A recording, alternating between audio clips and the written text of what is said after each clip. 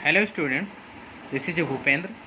Online study की इस series में आज हम चैप्टर 5 ऋजुरेखीय पथ पर गति चैप्टर पर चर्चा करेंगे।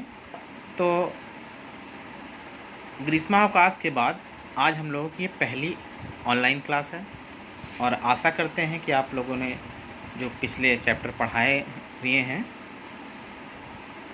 उनको दोहराया है, उसको कंटिन्यू किया है। फिर भी अगर वहीं कहीं किसी को कोई समस्या है तो उस पर डिस्कस कर लेगा, लेकिन फ़िलहाल हम अभी इस पर चर्चा करते हैं। तो वेग क्या होता है, तो ये सब बेसिक चीज़ हम आप लोगों ने 9th में पढ़ा ही है, तो उसका रिवीजन है, थोड़ा सा एक्सपेंडेड फॉर्म में है। तो वेग क्या होता है? यह एक भौतिक राशि है जो गतिमान वस्तु की चाल एवं गतिमान वस्तु की दिशा का बोध कराती है। यदि किसी वस्तु का एकांक समय, एकांक का मतलब होता है यूनिट, मतलब एक, जहाँ हमें एक का बोध होता है वो एकांक कहलाता है। यदि किसी वस्तु का एकांक समय में एकांक विस्थापन हो तो उस वस्तु का वेग 1 मीटर पर सेकंड कहलाता है। मतलब 1 सेकंड में विस्थापन अगर 1 मीटर है तो वह उसका वेग क्या कहलाएगा? 1 मीटर पर सेकंड। अब एक समान वेग क्या होता है? यदि किसी वस्तु का विस्थापन समान समयांतरालों में समान हो तो वस्तु का वेग एक समान वेग कहलाता है। मतलब विस्थापन क्या है? विस्थापन का समयांतराल समान हो तो वेग का वेग क्या होता है? एक समान वेग कहलाता है। अब नेक्स्ट टॉपिक हमारा क्या है? परिवर्ती वेग। जैसे नाम से ही स्पष्ट है, मतलब कंटिन्यू परिवर्तन हो रहा है, बदल रहा है।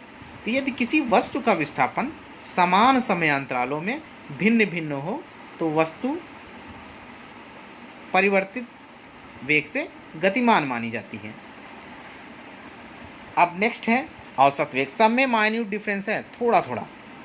किसी निश्चित समयांतराल डेल्टा टी में कुल विस्थापन डेल एस का समयांतराल डेल्टा टी के साथ अनुपात वस्तु का औसत वेग कहलाता है। V A V is equal to vector form del S upon del T.